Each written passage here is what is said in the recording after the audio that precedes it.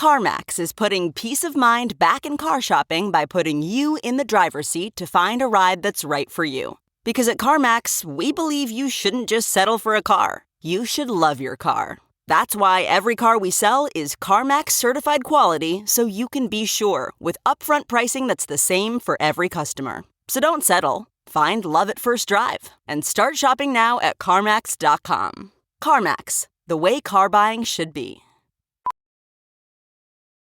VR training platforms, like the one developed by Fundamental VR and Orbis International, are helping surgeons train over and over before operating on real patients. As you practice each skill, the muscle memory starts to develop. Learn more at meta.com/metaverseimpact.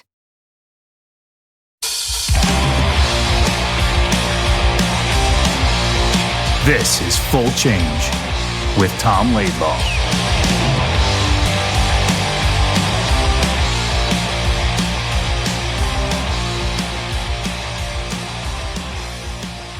Have you heard their old story? Remember when Cal Ripken Jr. was had a gameplay streak and Kevin Costner? Let's talk about it. It was in the paper. It was in the Post. Yeah. Boomer was talking about it just now too, and I'd heard that story before. Like that's a guaranteed fact. So the story is that it was during the filming of the baseball movie. He pitches the perfect game. Yeah, right. He's on the Tigers. Yeah, the way I heard it was they were in a hotel room, the two of them, and Ripken's wife was there as well. Ripken had to go to a game and leave or something, so he left the two of them in the room together. Came back because he forgot something, and they were in bed having sex. Yeah, and so he freaked out. Right, and he called. Boomer. These guys were saying that some other guy Will Ferrell was talking about it yesterday, and saying that they got into a fight. Ripken hurt his hand, so they had to cancel the game. They said that the power went out. Power outage. Yep, kept the streak alive. I didn't hear about the fight. I just heard that he was weirded out because I didn't hear there was a fight either. I heard that it was just like he flipped out. You know, there's another weird thing that happened with Cal Ripken too, and let me shout him out because we're from the same. I'm born in his hometown of Aberdeen, Maryland. Oh, okay. Yes, and he owns the baseball team and the program down there. But his mother got kidnapped in Maryland. Oh, Ripken was so bizarre. Yes, I do remember that. She was at an ATM and she got kidnapped and driven around town, just weird stuff. But what you said, Kevin Costner was filming a movie, baseball movie. Yeah. He was with Cal Ripken and his wife. He left. Cal Ripken left, I guess, to go play the game, and came back and they were going at it. Called the Orioles. The Orioles said they didn't want to ruin the streak, so they said there was a power outage at the game, canceled the game. Streak. I've heard it from so many people that it just seems like it's. Yeah. But remember what they said about Richard Gere growing up, and who knows if that was true or not. What the gerbil? You never heard that?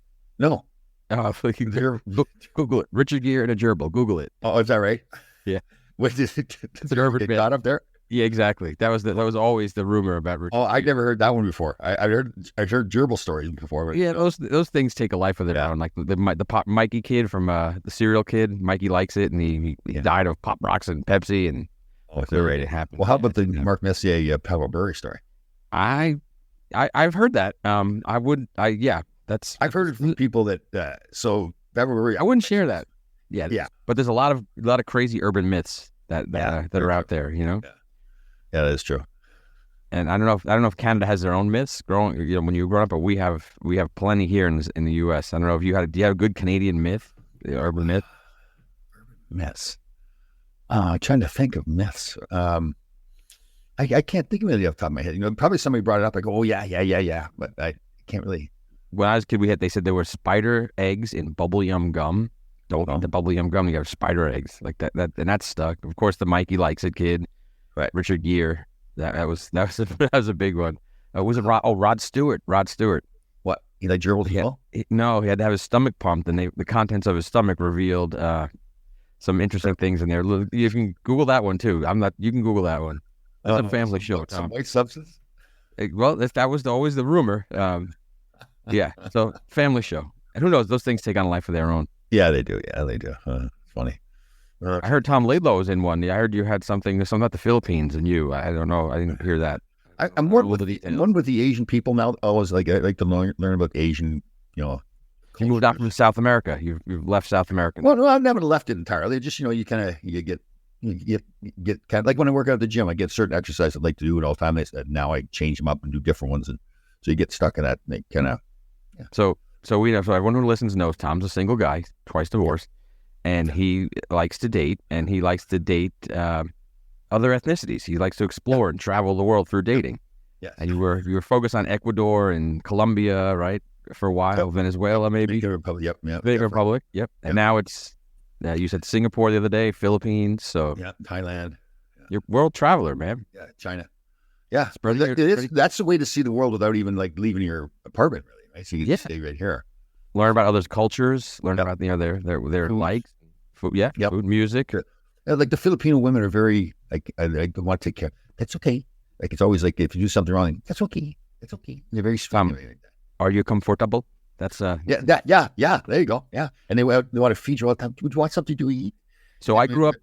I just want to tell you, I grew up in a town called Bergenfield, New Jersey, and it's also called Little Manila because it has a huge Filipino population. Oh, really? Oh, yeah, restaurants everywhere. Tell me that.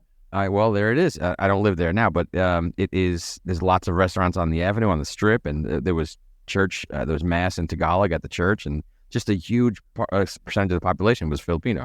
Great people, great culture. Here's the interesting thing. They have a lot of Spanish background with them, too. They do. Yeah. Absolutely. Some of them are Tagalog. You said Tagalog or Tagalog? Tagalog. But I've been told that I mispronounce it, and the person's very sweet, so that's okay. Do you say Tagalog? Yeah. Like the cookies? Like the Girl Scout cookies? Oh, is that what longs? Tagalongs, yeah. Tagalongs. No, Tagalog is the language of the Philippines. Yes. Well, there's a lot of languages because it's a massive archipelago. Right. And that means... What? Hold on. Archipelago. What is an archipelago? That means a group of islands. Oh. You know what other country that I've been to that's like that? Tell me. Fiji. Fiji is probably not as big as the Philippines. Right. No, it's not as big. But you were there for a TV show. Yeah, that's right. When I was a kid, we used to you have different kinds of poops, right? Like, so sometimes you poop and it's just all little pieces floating around the top. And other ones is just, the big log sits in there. So we used to call them the Fiji Islands. If you take that poop. Wow. And I really didn't know what that meant. You guys were funny back in Canada. Right. That was when you pooped in a bucket, right? That was when you pooped in the slop bucket and lumped it outside. Yeah, there you go. Yeah. So there's an urban myth. Well, it's really not a myth. I mean, it really did look like the Fiji Islands. I really didn't know why I was calling the Fiji Islands until I actually went to Fiji. And you're like, oh, this looks like the poop I had when I was 8 in Ontario. Yeah, I don't think that probably didn't occur. But you were on a TV show for a few. You did a guest spot for a few episodes, 4, right? 4 or 5. Oh no, I You sit on the couch when I was out there in Fiji. I did. Well, unfortunately, I didn't watch Survivor, not even once. You didn't watch my show? I have never seen Survivor. Really? I'm actually. We did a couple of years ago. A couple of months ago. We put on your first episode. And we watched it with Christine and the kids. We're like, okay, that's enough. So really, it's the most watched show on Wednesday night on CBS at 8:00. Yeah. Well, are you getting your residual checks from that still or no? No. There was some money, but not a whole lot. But it was funny because we had a watch party, the opening show, with this local hotel, the big lobby there, TVs a little bit. So a whole bunch of us got together. My 2 sons were there, and they kept getting text messages from their buddies, and they said, "Tell your dad to put a sock in his underwear there, make it a little bit bigger." That's all they cared about. Well, listen, in fairness to you, it's very cold in Fiji, so this is going on. Right, and you're there in your underwear. Yeah, and it's got to be, 85, 87 degrees. It's actually, you know what? It got cold during the night, though. It would rain and get cold at night.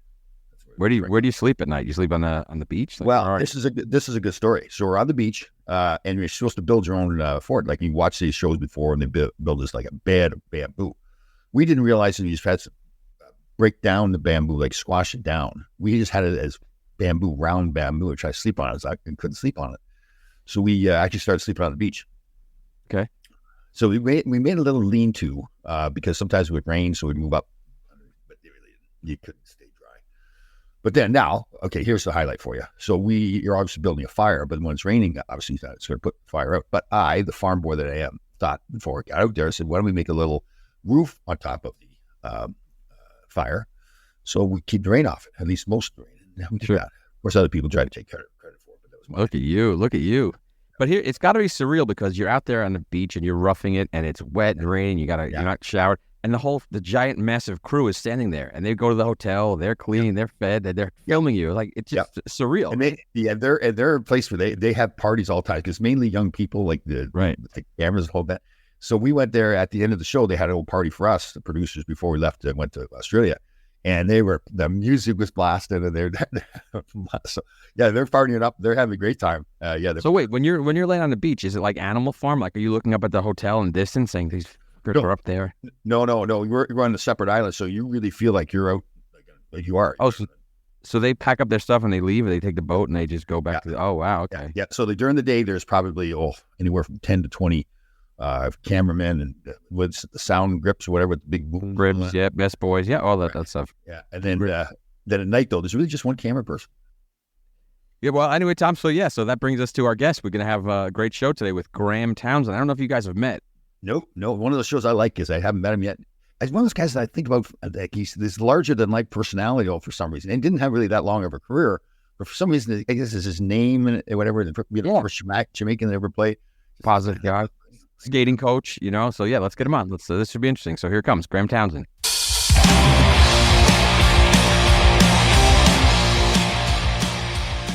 Tom, we got an exciting show today. We have the first Jamaican-born NHL hockey player, a nice distinction to have. We have a guy who went to a real college, not like you, Tom. We have a smart guy who went to RPI, not that Foley school you went to on the Upper Peninsula.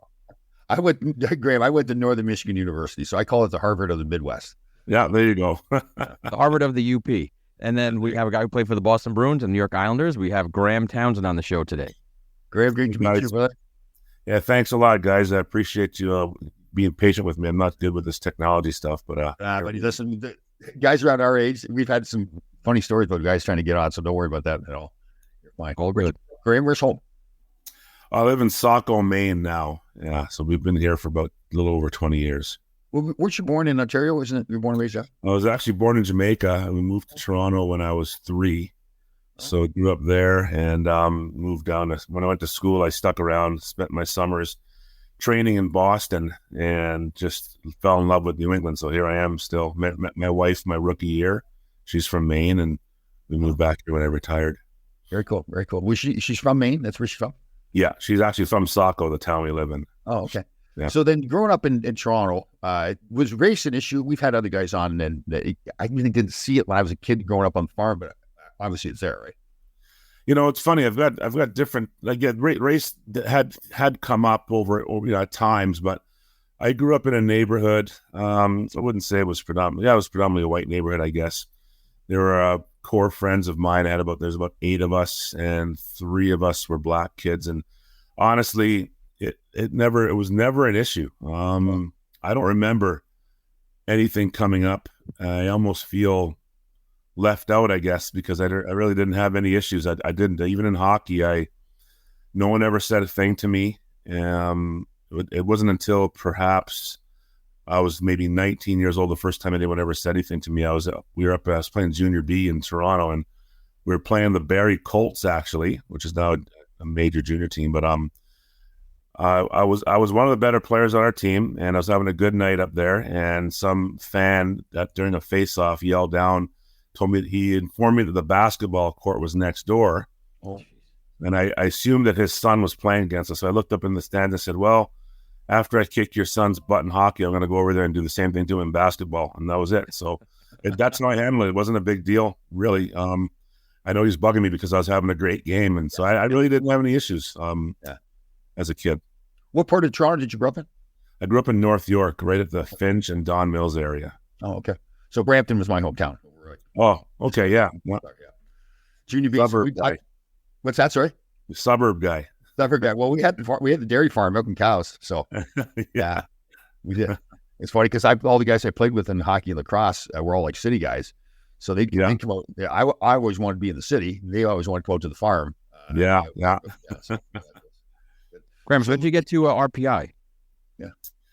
Well, so my recruiting year, I was 19 years old, and I had 1 year, because back in those days, after your 20th birthday, you'd lose a year eligibility, and so no one would really want you for only 2 or 3 years. So I had to make it, and I had a bunch of choices as to where to play. I played juvenile, by the way, Tom. So I played 2 years of juvenile. Wow. And so I really wasn't supposed to go anywhere. In fact, from my juvenile team, 2 of us made the NHL, a guy named Bill McDougall and myself. And anyway, I went on the tryout circuit, had a bunch of choices, actually about 4 or 5 teams. And I played, the guy named Mike Dwyer was the head coach of the Mimical Monarchs.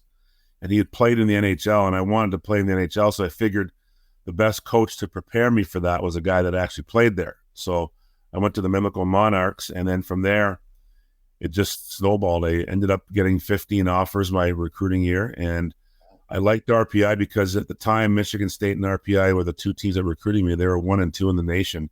I'd never heard of RPI before. I wanted to go to Michigan State. And I just learned about the school, the academics. I liked the coach's approach to academics, so that came first. Even though I didn't like school, I knew I needed somebody that was going to force me to go to class. And so I chose RPI because of those two reasons, that the academics and the hockey program at the time was the best in the country. And they actually won the national championship that year. Well, that's pretty rare. And I mean, this is a good way towards you for a hockey player to say, okay, I don't like school, but I need somebody to push me to school. Usually when you're a hockey player coming up, you just worry about hockey, right? So oh, yeah. Hard enough to know. Yeah, that's cool. Thanks. And RPI is a great hockey school. They have this tradition, and you were probably there for this, Graeme, the Big Red Freakout. It's this great game, Tom, where they just, the crowd basically goes crazy. It's just an awesome experience. And you did 4 of them, I guess, right? Yeah, the most memorable was my sophomore year.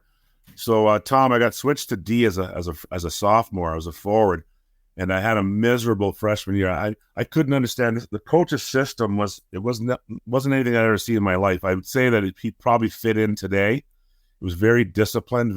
You had to be. It was almost like being a football player. He was actually a football player that became a hockey coach, and I couldn't understand his system. I liked more of a free flowing style of hockey. I had to be at a certain spot at a certain time. And literally, you had to put like cones out there for me to figure out where to go. And so I had a miserable year. So I come back as a sophomore, and I'm actually doing really well. Probably going to get about a point a game as a sophomore power forward. And 5 games in, he made me a defenseman, and then I was terrible. So sophomore year, I finally figured out D, and that's a lie. That's when I became a defenseman. And so we're playing Brown University, and what they do is they give out all these horns, those long horns you see at the CFL games. Yeah. And there's 5,000 of those horns, and you literally couldn't hear yourself. You couldn't yell into someone's ear beside you and have them hear you. It was so loud. Well, I got 2 goals that game. It was unbelievable. And we ended up winning, I think, 8-0. And then the NCAA banned artificial noisemakers in college hockey because of that, because you couldn't hear the whistle. It was a gong show. It was crazy. Guys were continue hitting each other after the whistle and stuff. And so but it was great. It was the whole crowd's dressed in red. It's a sea of red, and it's constant noise for the entire game. They started you started hearing the horns. We get to the rink at 5. You start hearing the horns at 6. It doesn't start till 7, and it didn't stop until about an hour after the game. It was unbelievable. So they have just one night where they designate this night. Yeah, it's in February sometime. I don't remember the exact time, second or maybe first or second weekend in February. It's during alumni weekend, and yeah, those games were unbelievable. It was just it was great. So when did you get drafted? You got drafted, correct? I didn't. Oh. No, I didn't get drafted. I was a free agent. I was a 20-year-old freshman, so I don't even know if I could have been drafted back then. I was as a 19-year-old. I just was a free agent, and ended my senior year. My agent got me a tryout, I guess, with the Maine Mariners. It was known that Mike Milbury was going to be the head coach and assistant GM of the Bruins. So if I did well for him, he was coaching the Maine Mariners at the time. And if I did well there, then I could sign a contract. And I played 5 games actually. Played really well, and he liked me, so they signed me. Well, Mike Milbury. We've had a few people that played for Mike. Some interesting stories about Mike Milbury. He's not the most nice guy in the world. Well, it's funny. Like I've got along with all my coaches. The only coach I really didn't get along with was my college coach, and that was a love-hate relationship, really. So that was tough. But I got along great with Mike. I just felt he was honest. To me anyway. If you play a certain way, you're going to play. If you don't, then he's going to let you know it, and whether you like it or not. And I liked it because I needed someone that could get in my face and just basically give me a kick in the butt. I responded well to that, so he was good for me. Well, you're really self-aware, right? Like a lot of guys they wouldn't want that. Maybe they just didn't want to admit that they needed the kick in the butt, right? Maybe, I guess for me, I developed that mindset through college because it was such a tough situation. We started off with 10 freshmen in my class, and only 5 of us survived. And not because the academics was that bad, because honestly, RPI was really, really tough school. Yeah. But the work didn't bother me. You know what I mean? It kept me focused, because I got to tell you, if I didn't have, Our coach made us take 6 classes every semester. People think I'm crazy when I say that, but I'll never forget it. I went to sign up for 6 classes, and the registrar said, "You can't do that. The school's too difficult. And I said, "Listen, the coach says I've got to take 6 classes." So I insisted on it. And by the time I was a senior, I only needed 2 classes to graduate, second semester. And I took 4 because I had to so I could play hockey. I took 2 MBA courses. So I was already on my way to a master's degree by the time I graduated. And most of my teammates were in the same boat because we all had to take 6 classes. So it was a tough school, but a lot of other kids, I'm talking really, really smart kids that are probably, managing hedge funds today. They complained all the time about how hard that school was. Right. And I used to laugh and say, "Oh, geez, I'm taking 6 classes and I've got hockey," which is, as you know, probably a 30 to 40 hour a week commitment alone on top of school. So don't cry on my shoulder. So what'd you take senior year, Tom? What were your? Well, I was just going to say, when our school, you could take 4, but the coach didn't make you take any, and we could also just take 3. So we had a scholarship. So we realized early on, as freshmen, I think it was, that we would sign up for 4 classes, and the first week you drop 1 class, and then they refund you the money. So they're getting you on a scholarship, but we're getting money back. And it's just, this is why I admire you so much, because I was the exact opposite way. I wanted to be kicked in the ass for hockey, but for the school part, forget it. I could care less. Yeah, but so then by the time my senior year came around, I was taking a business class and failing that, so I wasn't going to be eligible. I had to drop that and take 4 1-credit classes. So I took this is classic stuff. Now remember, I'm the captain of the number 1 ranked team in the country at that time. So I took bowling, racquetball, phys ed, and the big one was beginning skating.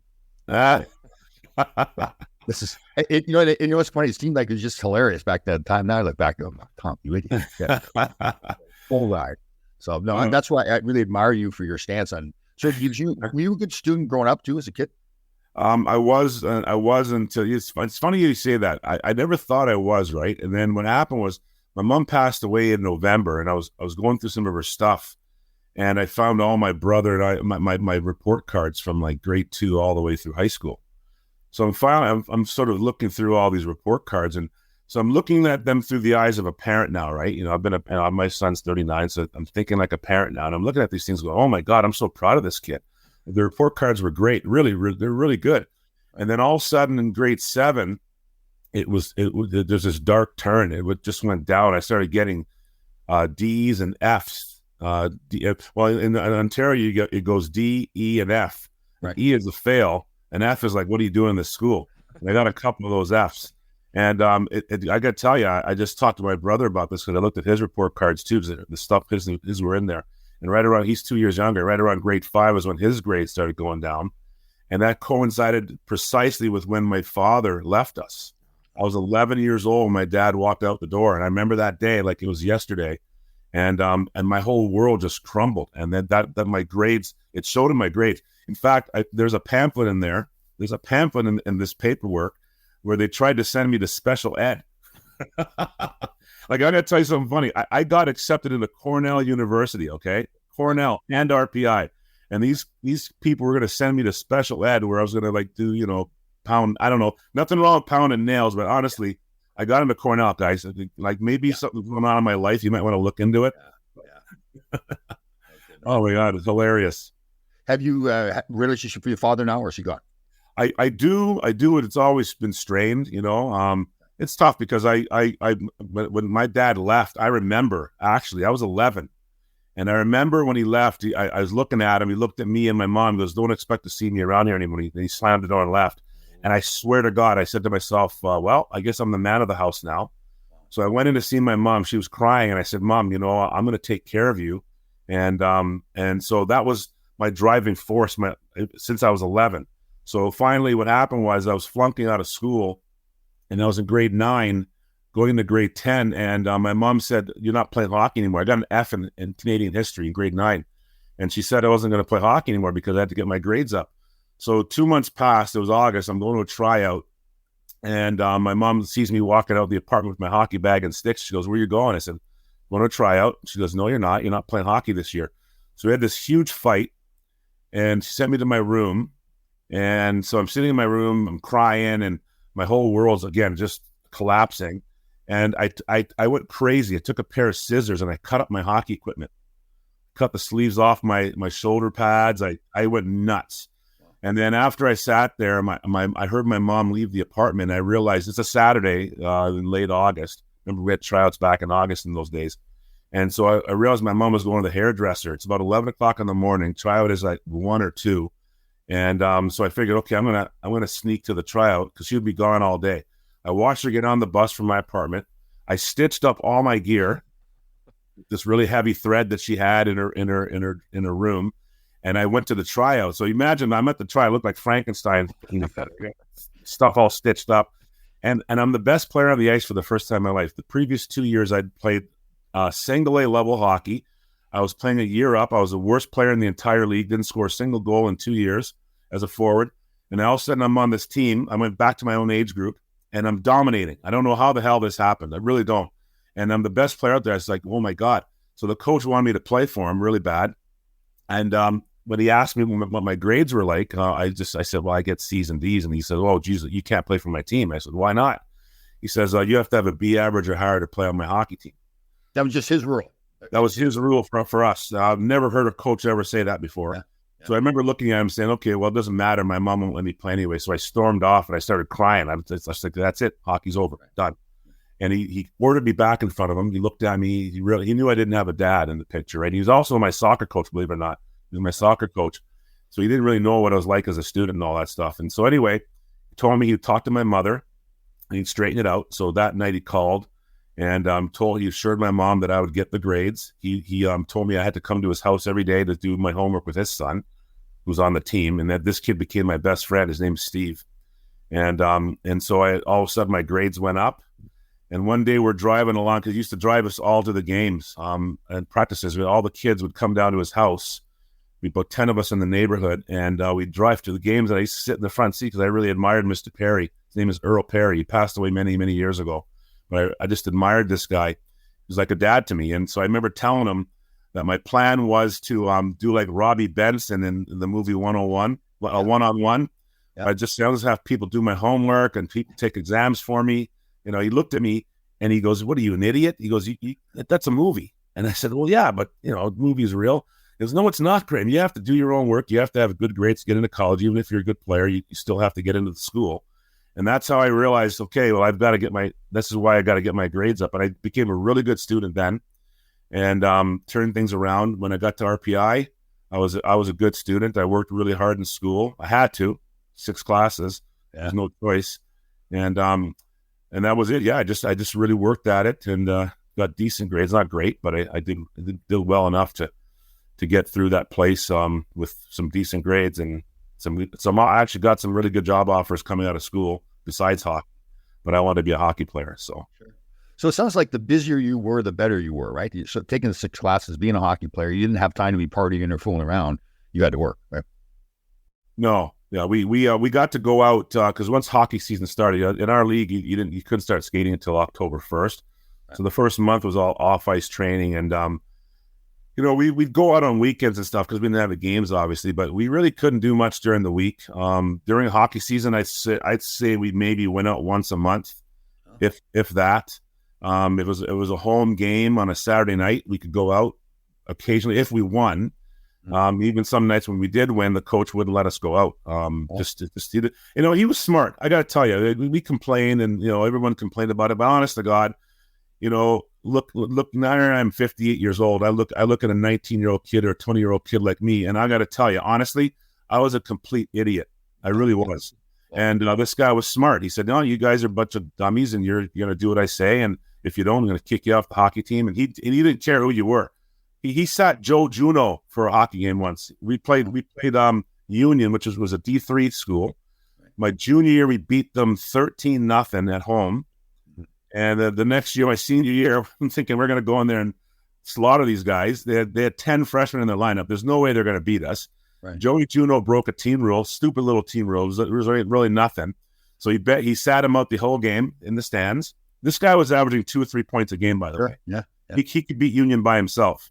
And so, but that's why I guess we didn't care because we figured out we don't need Joey to beat these guys. Well, those guys beat us in overtime. I think it was 5-4. Couldn't believe it.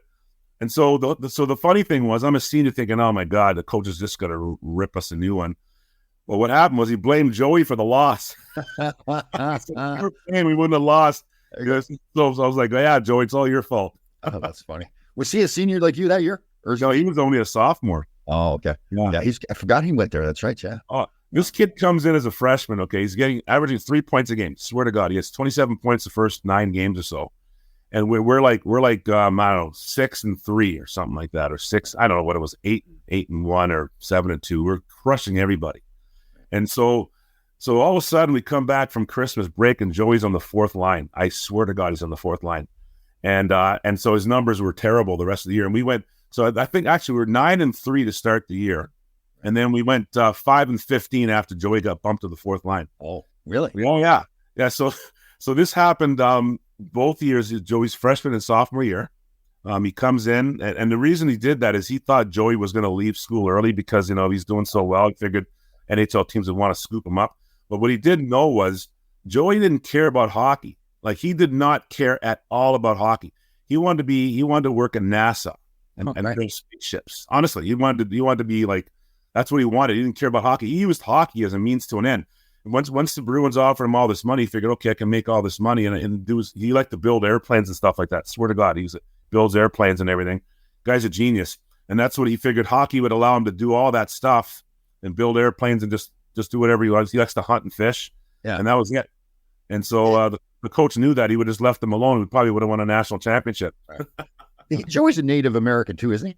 Yes, he is. Yeah. From northern Quebec. Yeah. Yeah. I remember a story about him because he went back up to his home where he's up way up in Ontario someplace, and he was helping out young kids, and he's got his pilot's license and all that stuff. Yeah. Yeah. He lives up in northern Quebec. I don't remember the name of the town. He's still up there. That's right. And he started a hockey program that was education based. Yeah. Did really well. The kids, many of them went to university and stuff like that. And then all of a sudden, typical youth hockey, you have to make the team.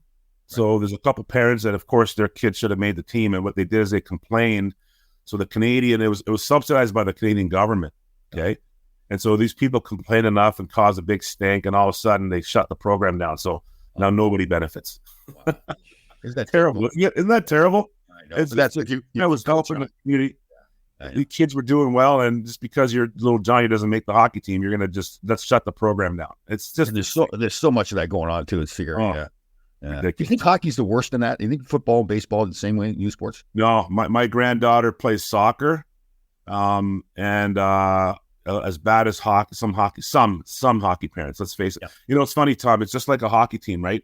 You got a parent group together. Let's say you've got 15 sets of parents. Yeah. It's just like a hockey team. You've got your 20 guys, and every team has 2 or 3 that are locker room lawyers that are always complaining, right? Yeah. And you know how hockey works. What you got to do is you got to slowly get rid of those 2 or 3 guys, because what they'll do is they'll start to infect the entire team. Next thing you know, you're going to have 10 guys that are complaining. So if you get rid of those 2 or 3, hopefully, then you bring in 2 or 3 good guys, and they can have a chance to win. Hockey parents are the same way. It's always 2 or 3. They try to get everybody else on the bandwagon, like the clique forming. So I always get rid of them before it gets too dangerous. Do you? Yeah. Dude, even if it's the best kid on my team, I'm just saying, you know what? This ain't the team for you, man. You got to go. And we always do better, because I tell the parents, well, they'll say, well, my son scored 20 goals. I said, well, all I have to do is get 5 or 6 extra goals out of 3 or 4 guys, and I can replace your kid's 20 goals. So, and that's my job as a coach. And I can get 5 or 6 extra goals out of 3 or 4 kids. I really can do it. I know I can. So yeah, but we'll replace those 20 goals easily. That's not hard. Delve into the shadows of the mind with Sleeping Dogs, a gripping murder mystery starring Academy Award winner Russell Crowe. Out in select theaters this Friday. Crowe portrays an ex-homicide detective unraveling a brutal murder he can't recall. Uncovering secrets from his past, he learns a chilling truth. It's best to let sleeping dogs lie. Watch Sleeping Dogs this Friday in select theaters near you. For tickets, visit sleepingdogsmovie.com/Wondery. That's sleepingdogsmovie.com/Wondery. Hey, it's Kaylee Cuoco for Priceline. Ready to go to your happy place for a happy price? Well, why didn't you say so? Just download the Priceline app right now and save up to 60% on hotels. So whether it's Cousin Kevin's Kazoo Concert in Kansas City, go Kevin, or Becky's Bachelorette Bash in Bermuda, you never have to miss a trip ever again. So download the Priceline app today. Your savings are waiting. Go to your happy place for a happy price. Go to your happy price, Priceline. Are you coaching now, Graeme?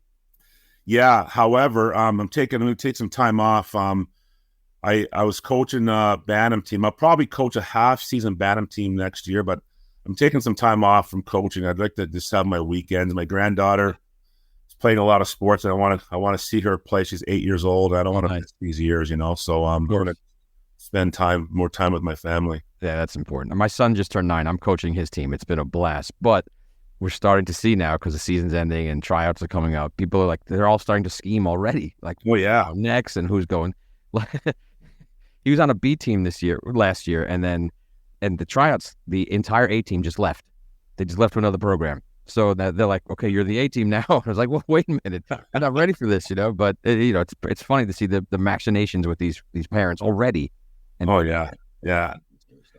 I don't know. I never understood it when my son played. I honestly didn't say a word at practices or games. My son was 8 when he started, and honestly, I didn't care who the coach was, as long as he was a good human being, a good person that teach my son good values. Hockey takes care of itself. If you want to play, Tom, obviously I don't tell you this, but if you want to play, you got a passion for it. You'll put the time in, and you'll find. My son didn't actually need me to tell him what to do, and he could figure it out himself. And it's because I knew my son was smart.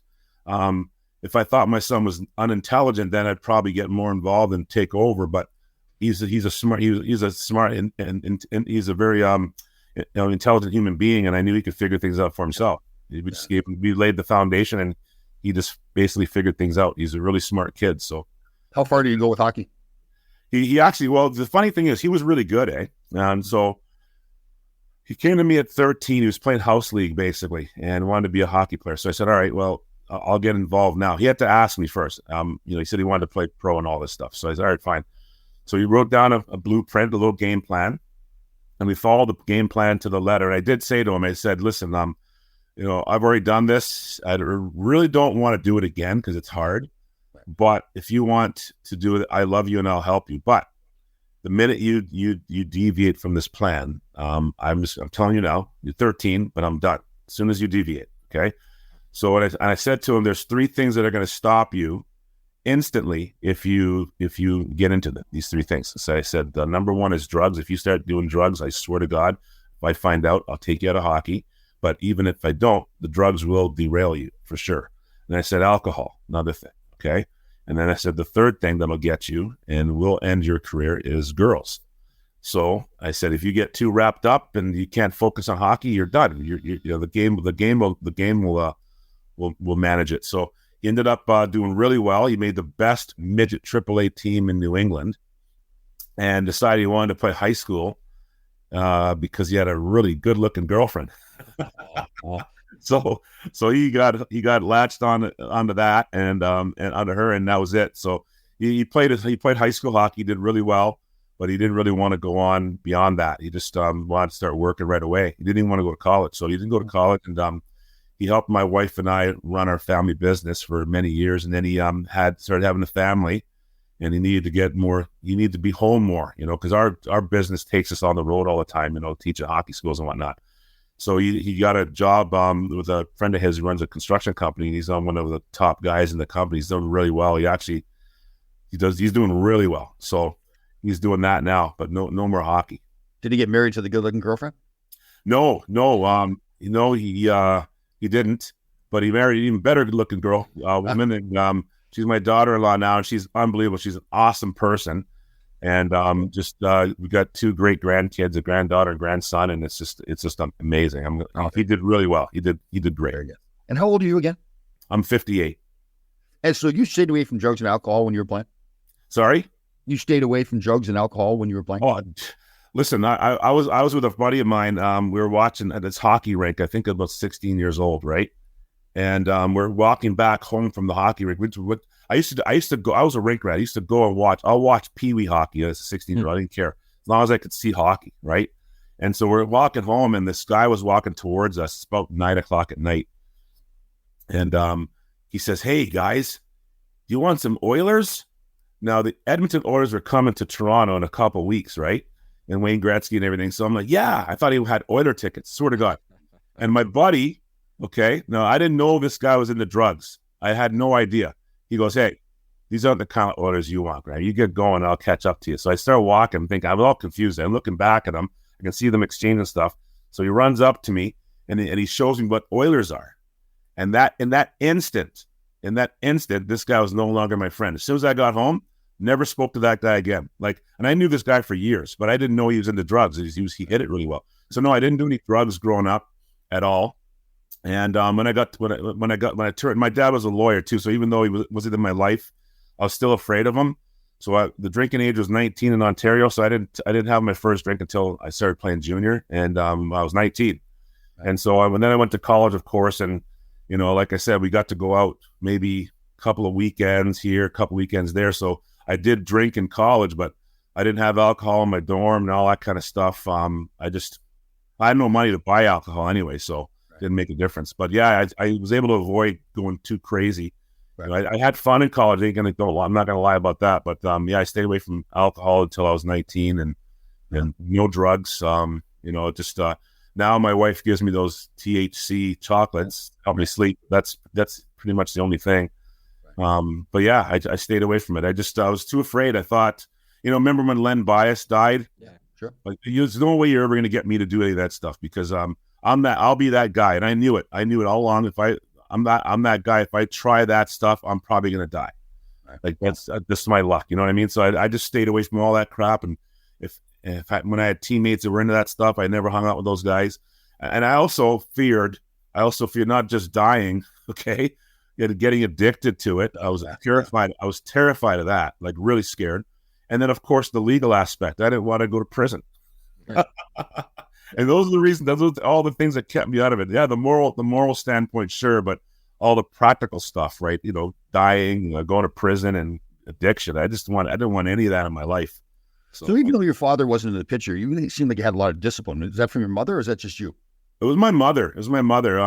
She didn't mess around, man. She said I wasn't playing hockey. She put her foot down, and she always did what she said she was going to do, literally. And you could always rely on and depend on her, whether good or bad, I guess you could say. If the dishes aren't washed when I get home, you're going to get a licking. And okay, they weren't washed, and I got a licking. She didn't bluff ever.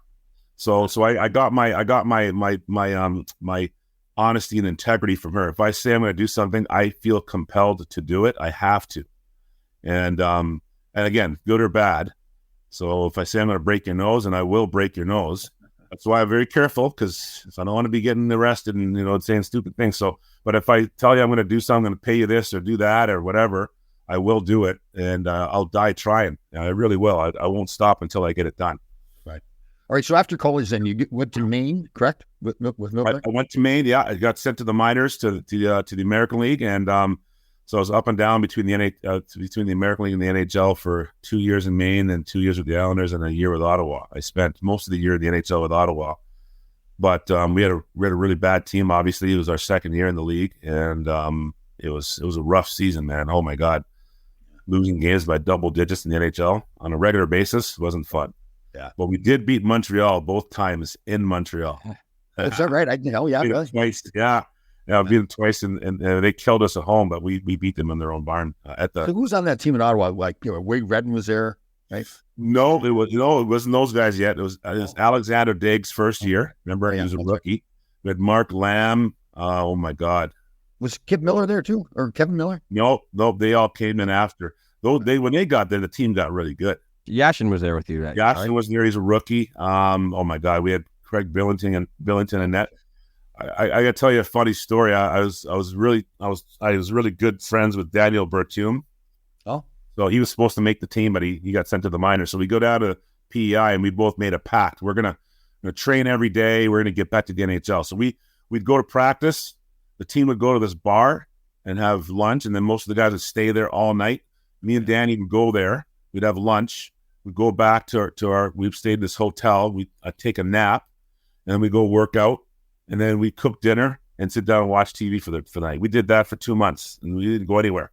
So we both got called up and then sent back down again. So I get called up again. I'm in the NHL, and The starting goalie, I won't mention his name, but he got injured. He was always getting injured. This guy had some serious, mysterious injuries. And so anyway, he decides on game day he's not going to play. We're playing Montreal at home. No, sorry, that's a lie. We're playing the Islanders. And so he decides on game day. This is right before pregame. He's not going to play. So they got to call Berthiaume up from PEI at like 10 o'clock in the morning for a 7 o'clock game. And you got to take like a sled dog. You got to take a veil, 2 helicopters and a plane to get to Ottawa from PEI, right? Yeah, so he gets to the game I swear to God, 10 minutes before puck drop. Right. So he throws his gear on real fast. Rick Bowness says, listen, don't worry, you're not going to play. There's no big deal. All right, fine. So he's sitting on the bench. We're getting shelled, right? So Rick throws him in there. Okay, he's had no warm-up. He's had nothing all day. He's just thrown into an NHL game cold turkey. So the first shot he faces, because we just got scored on, so the face-off's at center ice. He goes in. No warm-up, no nothing, okay? No shots, nothing. So the puck drops. All of a sudden, Pierre Turgeon gets it on 2-on-1, comes down. It was the left wing side. Their left wing side roofs it, bar down, okay? So 1 shot, 1 goal. Face off at center ice, same thing. Another 2-on-1. Guess who? Turgeon, bar down. So they pull Berthiaume, okay? They pull him. And he is just furious. He's cursing out the goalie that made him have to play. He's cursing out the guy that was injured. So he and I are having breakfast the next morning. We got the paper open. He starts swearing in French, going crazy. Go, what's wrong? Look at my goals against average, 120. if you look at his hockey EP, his EP page, his last line item in the NHL, 120 goals against. That's funny. Oh, poor guy, man. 120 goals against. Oh, man. So how long were you in Ottawa then? I was only there for 1 season. Okay. And then I went to the IHL. Okay. Yeah. Well, let's go back. Who'd you get your first goal against? And do you remember it? Oh, was it Frank Pietrangelo? Yeah, Frank Pietrangelo. Frank Pietrangelo in Pittsburgh. Good goal? What kind of goal was it? Oh, typical Graeme Townshend goal. Score the net, stick on the ice. There was a shot, rebound, and just got my stick on it. I always had a good, quick release. I could get the puck off anywhere, and it actually went in the middle of the net. The goalie was down. It didn't even go up high. It just went in, and yeah, that was it. My first goal. Yeah, I only scored 3, so they're not hard to remember. Well, I got 20. I got 25 in 11 years. So I went. You'll love this one. I went 120 games one time without scoring a goal. So, no. Oh no! But weren't you a defenseman? Yeah, but still, I mean, I get 1 goal. He played with Gretzky for 2 years. Yeah. Oh, I recently saw that year. I recently saw a YouTube thing, and I scored a goal in the playoffs against Philadelphia. And Phil was doing the color commentating, and he says, "That's unbelievable. He went 80 games without scoring a goal, and he won the Players Player Award. He finally scores now in playoffs." So he's kind of giving me a compliment in one way that I still won the Players Player Award without scoring a goal, but then they thought it. So, yeah, it's funny, isn't it? It gets to the point, don't you think, too, that you're not known for scoring goals, so you don't even try it anymore. No, you just, especially back in those days, you just did your job. You know, your job is to stop it from scoring. If you do that, you're fine. What did Don Cherry used to say? When a crusher becomes a rusher, he soon becomes an usher. Yeah, that's good. Yeah, I like that one. That's a your job, man. Don't do any more than your job. Like nowadays, you got to do everything. But back then, you know, I was basically a grinder. I just had to finish my checks, go up and down the wing, and in the minors, I scored 15 to 20 goals a year, but I didn't even have to do that. They always wanted me to fight all the time. I got sick of fighting my 5th year. I got so sick of it. Because I didn't want that to just be my only role, right? So I went to Houston, and I ended up with 19 goals that first year. And so I was assistant captain. So I come back in my second year playing in Houston, and I'm playing for Terry Ruskowski. Oh, man. So we played 10 preseason games. I think I had like 7 goals in 10 games, right? So he calls me to his office, and he goes, "Hey, I'm going to take your letter away." So I go, "Yeah, why is that?" "Well, you had a really bad training camp." So I go, "Are you insane?"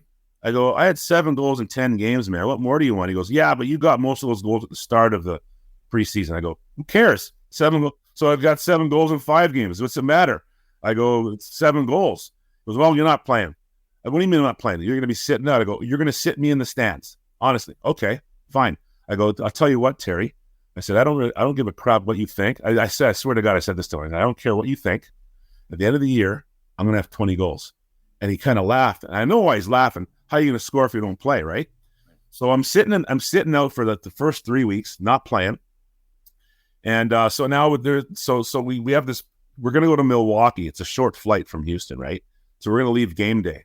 So we had pregame practice in Houston, 10 o'clock in the morning. And so I know I'm not playing, but I'm still, he didn't tell me. I always made the coach come to my face and tell me you're not playing. Because you know, these guys are chicken, right? They'll tell a stick boy to tell you because they don't want to get yelled at. But I never did that. I made him tell me, but he didn't tell me. So I go, okay, I'm going to get on the bus to the airport. So I get on the bus. He gets on. He looks at me. Now he can tell me, hey, you're not playing. Take your stuff and go home. Sure. But he won't do it. So I'm thinking, this clown's going to make me drive 45 minutes to the airport before he tells me. I said, okay, let's see. So we get to the airport. Doesn't say a word. The trainer's handing out envelopes of per diem. I go, hey, Jerry, mine will not be in there. Because you know it's all pre-sorted, right? Yeah. I go, take your little credit card and go to that ATM and get me some cash. So he gives me my money.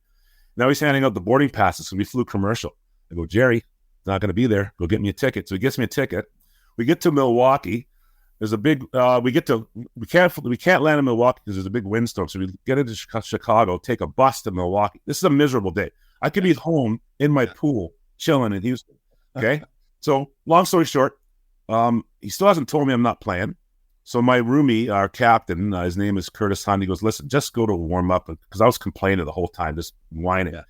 So I warm up, right? And I get off the ice halfway through warm up. I usually warm up the entire 20 minutes. I get off the ice 10 minutes to go, and Mark Freer is on the table getting his knee looked at. I go, what the hell happened? He goes, oh, I got hurt in warm up. I can't play. I go, what? So now I got to get ready. I go to the bathroom. I sit in the toilet. I got this whole routine that takes usually 45 minutes, mental training, all this crap. And I had to do this in 5 minutes. So I do this really fast. I get into the locker room. Terry walks in. He goes, you're playing, Graeme. I go, yeah, no kidding, Terry. Thanks a lot. So I go out there. I get one shift in the first period. I score a goal. So he comes back. I come back to the bench. His jaw's dropped. I said, what did I tell you? And I sat down. So he gave me a couple more shifts the rest of the game. I scored again. This went on for 3 games. I had 5 goals in 3 games. Okay. So he pulls me into his office after the road trip or whatever. He says, man, you're making me look like an idiot. I go, yeah, I got 5 goals in 3 games. I go, what did I tell you? He says, yeah. I said, listen, I think I've changed my mind.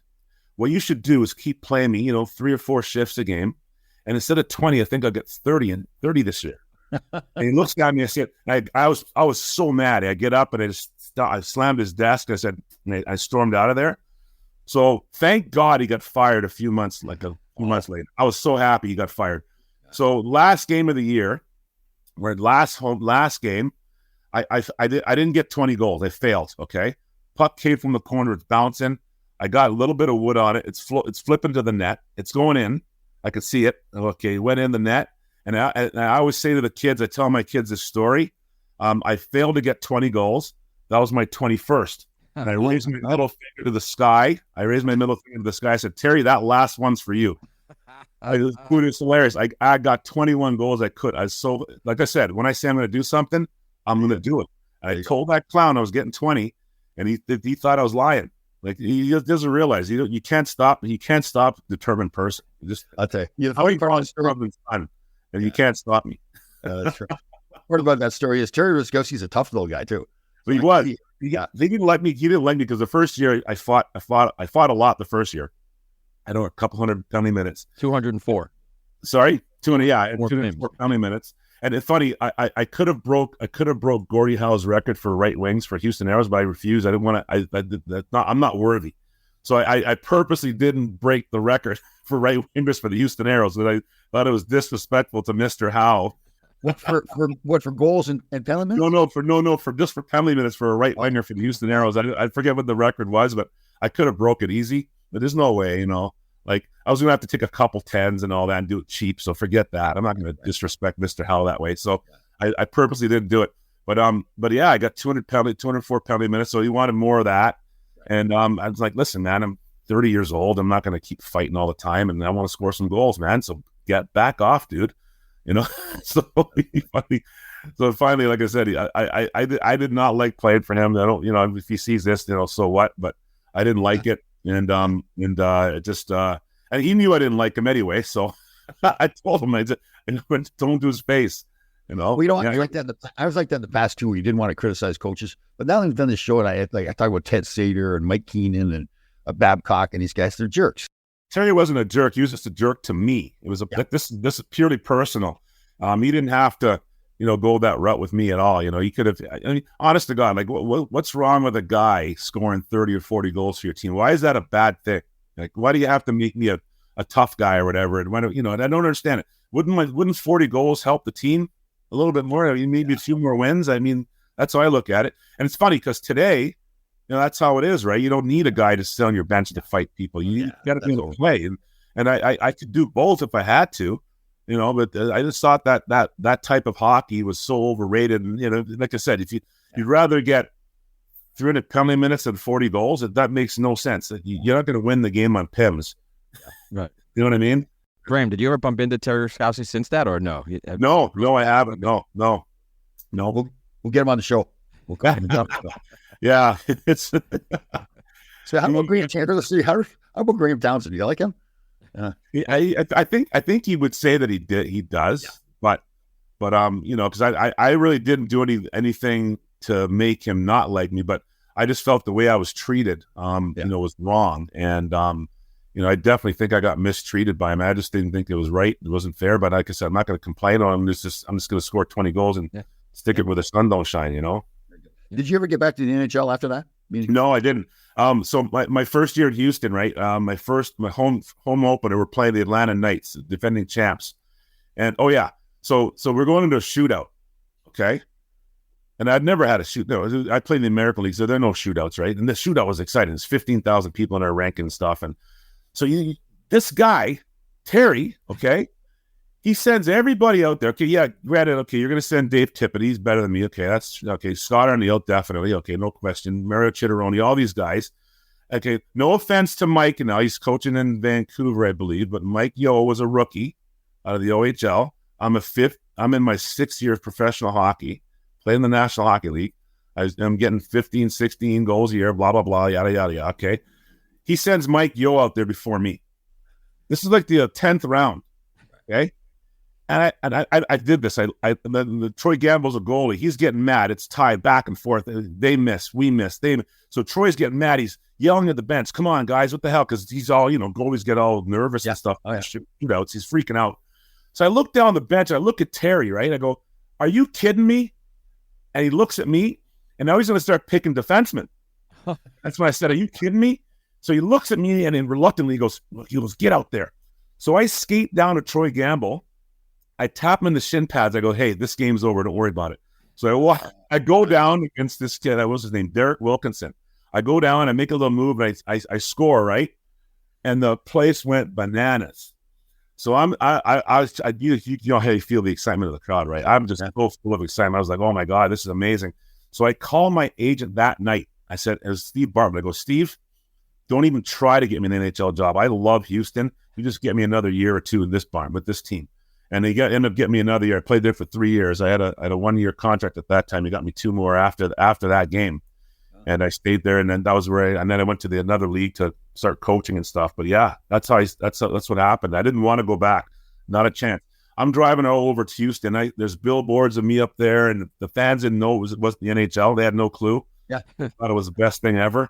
We had 15,000 people a game. We went to Orlando. We had teams in LA. Then we had Detroit. Every one of those rinks packed in that league. We did Denver before the Avalanche moved there. Right. So I didn't want it. That league was amazing, man. It was awesome. I remember that. Yeah. And you guys got paid decent money there too. Oh my, yeah, man. We had guys. We had like McDonald was making $300,000, which what he would have made in the NHL.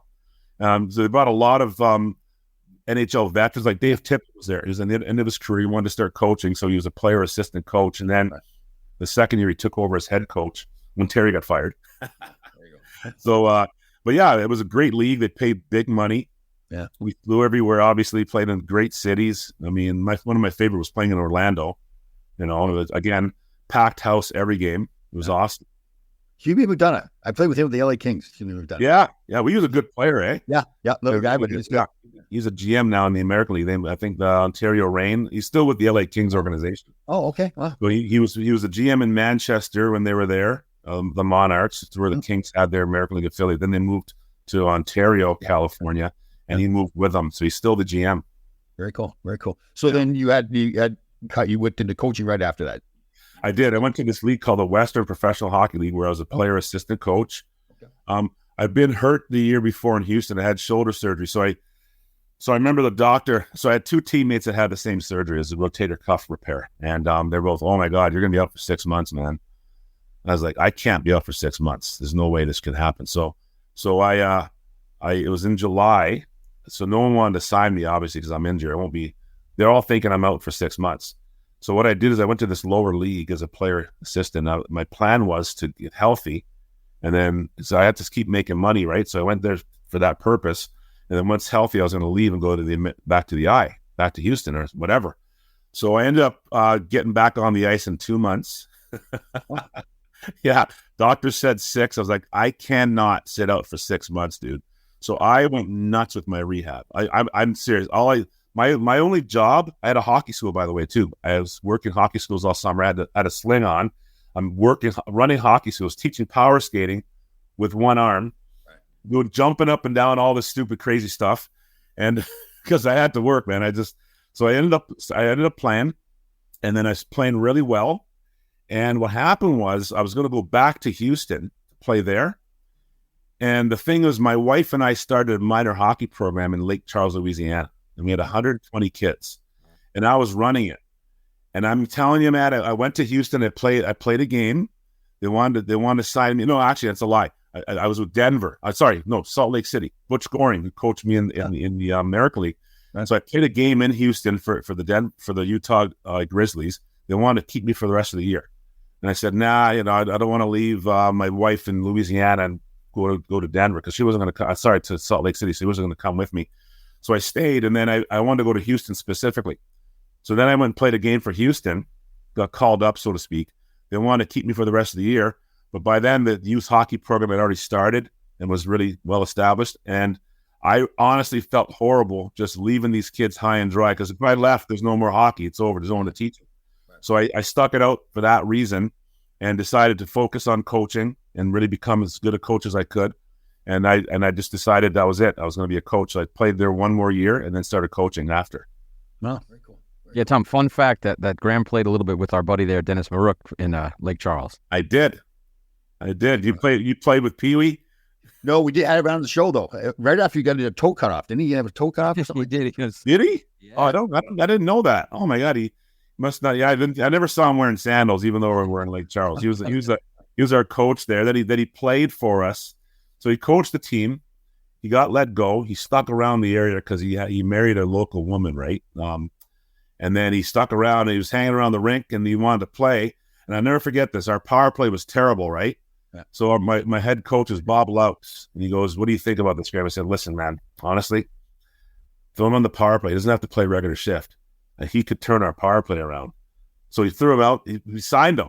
He's like 50 years old. And our power play turned around. The guy was a magician on the power play. He could still play. He could, what's funny? He goes out there. He's out there for a regular shift, right? D zone. He's playing left wing. He's all over it. Wherever the puck was going, he was there. Yeah. I'm thinking, did they not teach defense in the 70s? Like, he's a left winger. He's in my corner. I'm a right winger. He's in my corner with our DN, our centerman. Puck goes the other corner. He goes over there. His point's wide open. I got to cover his point and mine. And like, this guy's no clue. But he scored 60 goals a couple times in the league. Now I know why. He just had the puck all the time. He didn't know where he was going. The defensive blue line in, but anywhere off defensive blue line out, the guy was a magic man. It was unbelievable. He just didn't know how to play in his own zone. There you go. Minor detail. Yeah. So you got your own hockey camps now? I do. Oh, very cool. Yeah. What's it called? It's called Townshend Hockey. We run out of University of Southern Maine and in Gorham, Maine. We run 5 weeks of boarding camps up there. Oh, yeah. Very cool. Very cool. Excellent. So, and you should get your son, grandkids, 2 grandkids, right? Yeah, 2 grandkids. I have a granddaughter. She's 8, and the grandson, he's 4. Very cool. You know what I really admire you? It's the first time we've spoken, but I really admire your discipline, your drive. Like you're talking. Thanks. Well, like when your father left, you could have gone in a lot of different directions, right? You could have gotten into drugs and alcohol and everything. You didn't. You had reasons for it. So I really admire that. Well, thank you. Yeah. I just deep love from my family, my mom especially, and I never wanted to let her down. You know what I mean? And so I just focused on what I had to do. And it's great having, my dad leaving, honestly, probably a good thing, because it really made me laser focused. Because I made a promise to my mom, I'm going to take care of you. Right. So I turned pro, and I'd say about a year or two into my pro career, my mom lost her job. I think she's 56 years old when she lost her job, and she passed away at 87. So for the past 31 years, my mom did not have to worry about anything. My siblings and I took care of everything she needed. She never had to worry about a thing. And we bought her a condo. She moved in there. She loved that condo, and she lived there for about 15, 20 years. And she never had to worry about anything. And we made a promise, and we kept it. And to the day she died, I was with her when she passed away. I was right beside her, and in the hospital. So we were all there, close by. So we all stuck together, and my siblings and I, we still stick together. That's good. We're a little gang, Yeah, cool story. Very cool story. You should be very proud of yourself, you and your family. Good job by you. Thank you. Right again. Well, thank you for coming on the show. Again, first time we spoke, and I've just been we've got for over an hour here, but it's one of those shows that it feels like it's 5 minutes because you're so interesting. Sure. Before we go, just give us your website so people can look up your camp and your skating. Oh yeah, thanks. It's townsendhockey.com. It's TONSHEND hockey.com. Perfect. Good job. All right, Graeme, we'll have you on again. All right, thanks, guys. I'd love to. Absolutely. Thank you. Thanks, man. Talking. All right, bye-bye.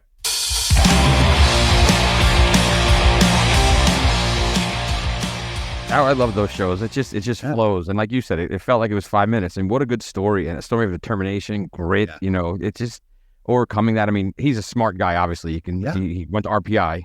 Yeah. No offense to Northern Michigan. Well, the fact he had to take 6 classes a semester, just for people. I took 3, and that was a load for me because I wasn't working too hard at it. So, everyone go to college. The average is usually 4 classes a semester. Yeah. So they're taking 2 additional classes on top of a hockey schedule for a school that had just won a national championship the year before. So that's intense, man. That's really intense. I think if our coaches said to me, "You have to take 6 classes," I quit. I quit. Yeah. This can't work. Take 6 classes every 3 years, maybe. But that's back to the farm. Very cool. But yeah, what a great story of determination. A funny guy too. That was a good story. I love the story with Terry Ruskowski where he's a good storyteller too, right? It's funny, but he's good at it. Yeah, he did. He got 21 goals that year, so he was spot on. He was wrong. He didn't get 20. He missed it by 1, but he got the number. What's important to him too, like he says, that if I'm going to tell you I'm going to do it, I'm going to do it. Yeah. And then he actually said he failed. He didn't get 20. He got 21. So. Yeah, great. I obviously didn't really have much background on him, but just a really good guy. You got good energy that you like. We didn't get into it, but he was a skating coach for the Leafs and I think for the San Jose Sharks. Oh, wow. And he was the first, I think he was the first head coach of the Jamaican national hockey team. Is that right? That's cool. Yeah. Wow. Yeah, really cool. Man, so that's a good story, really, right? Although his playing career really wasn't that long, just the whole journey to get him there, going through the stuff, backing up his mother, making sure reserved for her. Well, these aren't just NHL stories; these are life stories, and that's what you want to hear. So some of the, look at Terry Ryan. You just say they're love stories? Life stories. Oh, this love stories would have been good. I was going to say that. That's pretty cool. And they're love stories. That's a different show. But the love is the central part of life anyway. So so they are also love stories. You love hockey, you love your family, you love what you do. So sure, but these are their life. This isn't just their career in the NHL. It's everything. It's all encompassing. Definitely a unique hockey player. Still married to the same woman. That's unique right there for most guys here. But again, like Terry Ryan, his career wasn't exactly what he wanted it to be in the NHL. But afterwards, it was like we have these incredible life stories. I don't think he had any regrets at all about his hockey career. It was just part of his life. He moved on. Other guys made the show. Yeah, they made the show. I mean, that's everybody's dreaming towards, and you even the fact that he played one game, and like Don Waddell played one game in the NHL, he made it. And look at it's almost like what's Kevin Costner? Speaking of Kevin Costner again, Field of Dreams, right? His father got one at bat in the or he got one appearance in the Major League Baseball game, right? Was that his father? His father, Moonlight Sam. No, you're right. Yes, you're right. Yes. Or he's one. Yeah, I remember that. That's cool. But he made it catches at the end, didn't he? Yeah, exactly right. And you take for granted, I think, sometimes that you made it to the NHL despite your mutt-headedness and your stubbornness, you did make it. You made it there, So that's okay, I think I made it there because of the money. Because of that, yeah, and the stubbornness. Now, at the end of my career, I should have smartened up a little bit at the end of my career. But you still got funny though. You look back, so the same thing that got me to the NHL kind of hurt me at the end of my career. Got you out of the NHL. Yeah, I'm not going to change. Nothing's changing. That's it. And then Graeme's the same way too, right? He was going to play in the NHL, and he did it. Yeah, and I like that he told his coach, he's like, I'm not fighting anymore. I'm done with this. I'm 30 years old. That's a good point. That's rare. So a guy that comes up, and he used the saying that if you come in as a crusher, you try to be a rusher, you become an usher. That's right. Shout out to Grapes Don Cherry. That's a great take. You don't change who you are or what you are. I do. We did have guys like Jim Thompson. They made him a fighter. He didn't want to be a fighter, and they changed him into that crusher, and that hurt his career. But you stick with your strengths, and you get to the show, and he did it, and he coached, and good story, good life story. Another great episode. Yeah, I think of all the guys we've had on, they're not all guys that are draft picks that made it by being drafted. A lot of guys, free agents, Richie Pilon, Darren Langdon, Graeme Townshend, just guys that really never looked at as those star players. I mean, we've had those guys on as well. But we've had first round draft picks. We've had first overall draft picks on the show, down to unsigned free agents who some guys who came out of junior B. Yeah. So that's crazy. It's just a whole gamut of experience. Yeah. And he made a great point too. He said he was talking about his son, and this we talk about this coaching little guys. We're like, listen, who knows how they're going to be at 18, but because first they're going to have growth, they're going to hit puberty, there's going to be checking, and then there's going to be girls. So all these things can derail a player because it's like, these things they take over, and it's, you don't know what's going to happen. So he said his son got into girls, and he was like, that's it. I like this more than hockey. And it's funny. He told him there's going to be three things. There's going to be drugs, alcohol, and girls. Right, and girls, right. And those are the things that ruin your career. And he admitted, he says, yeah, you got a beautiful girlfriend. So, so you prioritize things. Some guys just want to get to the NHL, and some guys just want to play hockey and have a different life. So he was a great story. I'm glad he came on. We'll have to have him on again. Yeah, very good story. Great storyteller. Yeah. If you like that and you like what you hear on the show, please leave us a review on Apple. Email us if you want to have Tom come, or you want to go to one of Tom's things that he's doing. Email fullchangepodcast@gmail.com. Leave us comments. Come on social media, and enjoy the show. Share it around. Tell your friends. Make you some sourdough bread. Oh, my sourdough bread. You have to let the sourdough. What's the word you say? Fix. You have to let it do what? Proof. It's got to proof. Proof. Yeah. There's a few things you got to do. You've got to stretch and fold, stretch and fold, stretch and fold. Then you got to wait, and you got to stretch and fold, stretch and fold. Then you got to But yeah, and that's because you stretch all the time. You're a big stretch guy, right? You yoga and stretching. I should be. I'm terrible. That's the one thing. I'm very disciplined in pretty much everything else in my life. But stretching, boring. Getting to the gym. The last thing you want to do is get down and start stretching. You want to pound some iron. You want to pound some iron? Talk to some women. That's what's right? English in my gym. See, that's okay. Oh, God. It's funny. Well, so now you're in the gym. Now guys are starting to figure out who I am. Guys coming up to me started talking about the Rangers and everything. I thought, oh God, they knew who I was. But, oh, really? Yeah, it's fun. Well, you said you're going to a predominantly Hispanic gym, right? Yeah. But now some guys are like, hey, I know you. You're a hockey guy. Yes.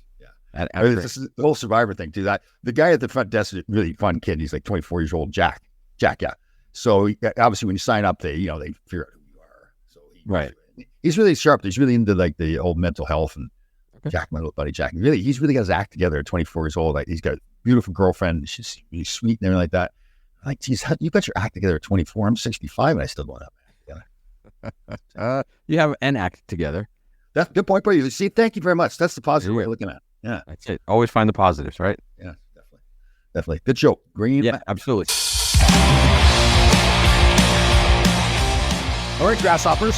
Thank you for listening. We had a fantastic show. We'll see you next time.